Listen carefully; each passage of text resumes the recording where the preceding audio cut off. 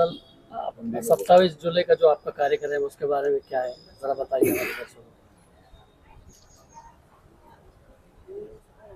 भारतीय दलित पॅन्थरचा 25वां भारतीय दलित पैंथर का 25वां वर्धापन दिन 27 जुलाई 2024। ये मेळावे में उद्घाटक संदीपानजी भुमरे, खासदार तथा पालक मंत्री औरंगाबाद, खासदार डॉक्टर कल्याण काळे, मागासवर्गीय कल्याण मंत्री अतुलजी सावे, पणन मंत्री अब्दुलजी सत्तार साहेब, प्रदीपजी जयस्वाल, कलीम कुरेशी, राज्याचे मार्गदर्शक ॲडव्होकेट सिद्धार्थ गवई, प्रवक्ते ॲडव्होकेट पठारेजी, जिल्हा अध्यक्ष धमपालजी दांडगे,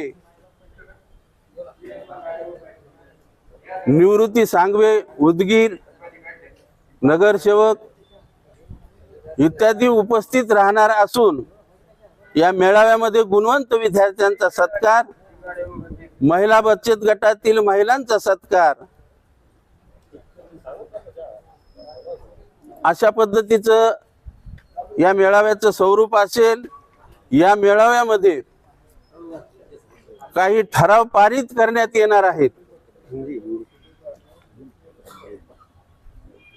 इसीलिए ये मेळावे का आयोजन किया गया है।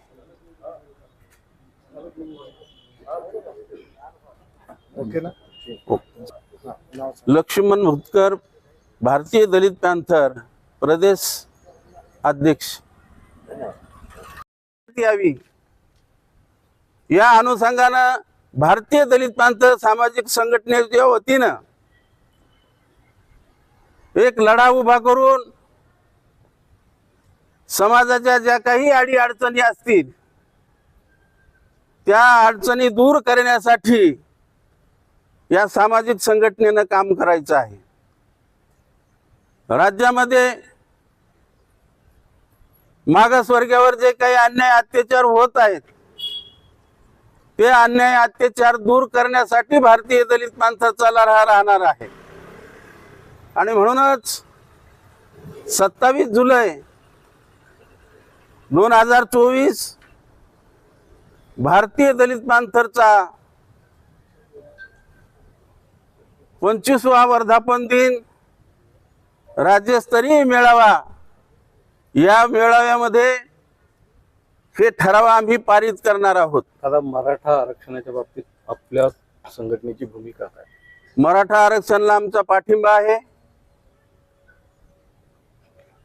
ओबीसी ला धक्का न लावता मराठा आरक्षणाला आमचा पाठिंबा आहे, आमचं समर्थन आहे।